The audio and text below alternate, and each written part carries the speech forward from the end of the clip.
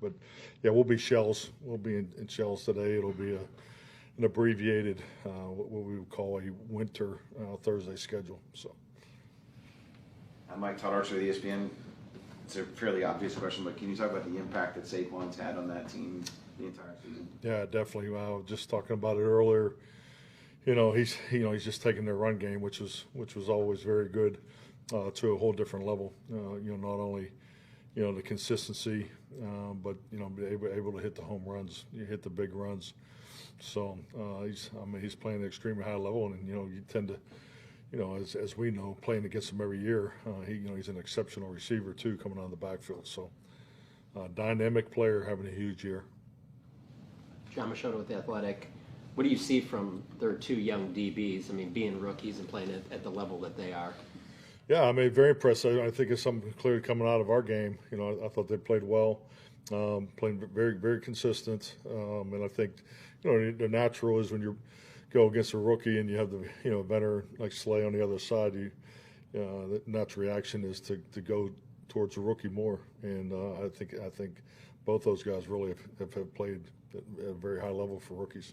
And then what's the top thing that stands out to you about Jaylen Carter? Too much. He's definitely very gifted. There's a clip. Just his balance, his strength. He has it all. So, just a powerful inside player.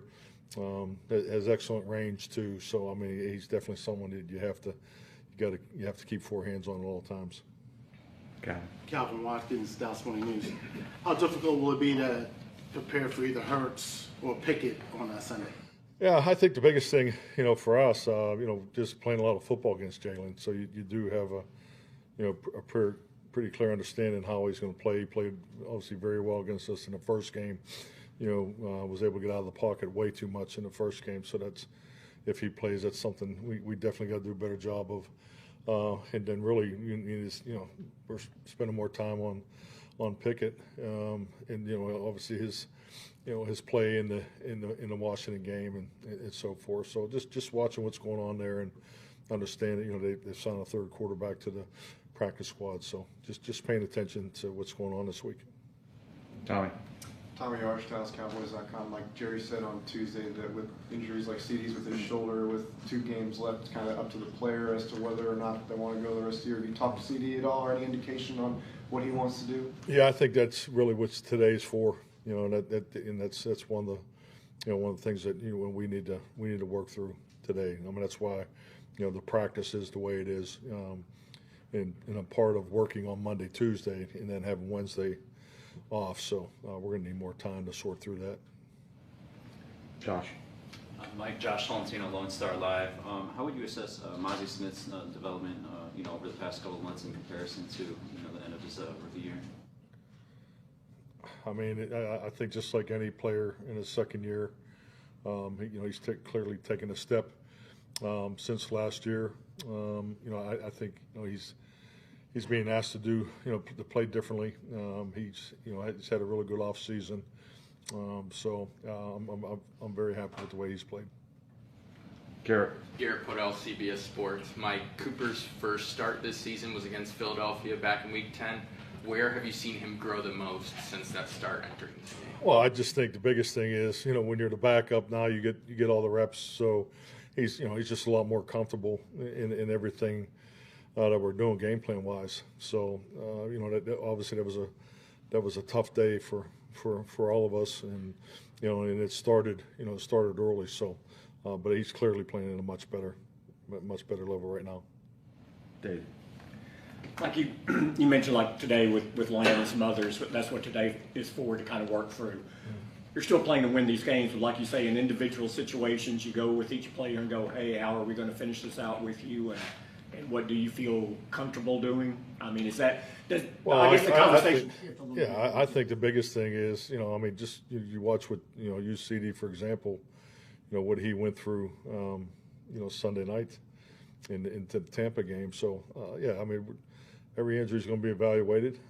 So, the player and the medical staff, there's always collaboration on that, second opinions and all those things on on any injury that you know, gets to a certain level. You know, so that process won't change. I'm just being real here. You know, Monday was their day off. Tuesday was Wednesday. So if you would have been down there Monday and Tuesday, I mean, you play on a Sunday night.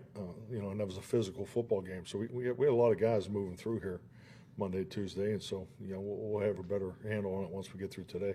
And the other thing is we talk about a lot of younger players getting more time late in the season when teams don't run.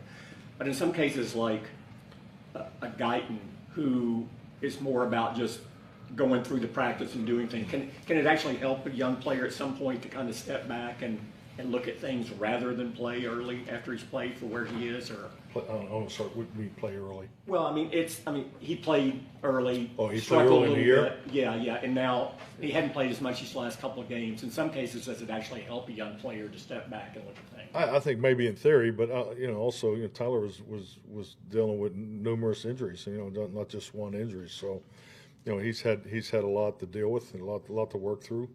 I think he's done a great job battling back. So, but having him and Chuma available has worked out well for us. And so, we'll see how the week goes. And but most importantly, having both those guys ready to go is important. Is Kendricks in a similar situation as CeeDee? You know, he's battling back from stuff, and you got some young kids who you want to see play a little bit. Yeah, I mean, you know, to be honest with you, who's healthy is going to play. I mean, we're you know, that's what it'll come down to. I mean, we're not having tryouts for young guys. That's not the mode here at all. So, and you know, like I said, we didn't. You know, this is a little different week. So we're not a day behind, but we're not where we normally are coming out of a Wednesday. You know, you get pretty good information when you practice on Wednesday. So, as far as the status of the 48, so we'll know more today once we get up to practice field. Jasmine, Dallas Cowboys Media. Coach McCarthy, I'm sorry if this is too similar of a question, but I was wondering, with your emphasis on player health and safety, how do you make game decisions when you have players who want to play through injuries and obvious pain, but you're balancing competitiveness with making sure that their health and safety aren't compromised? And would you say that your philosophy on that has evolved over time for any reason? Well, I think like anything, you know, we've been working together since April, you know, most of these guys. So, I mean, everybody has a relationship, you know, with the trainer, the strength staff. There's a lot that goes into this, but, you know, players are not forced to play. And that's why you have the return to practice group, you have the rehab group. So there's a process, there's protocols that are in place to ensure that. So, because I think it's even been heightened even more with the 17-game season and so forth. So, so that part hasn't changed, you know, because of our record. I mean, we'll go through the week, and you know, the 48 players that we feel give us the best chance to win the game that are healthy, we'll play. Alrighty. Thank you, Thank Mike. you.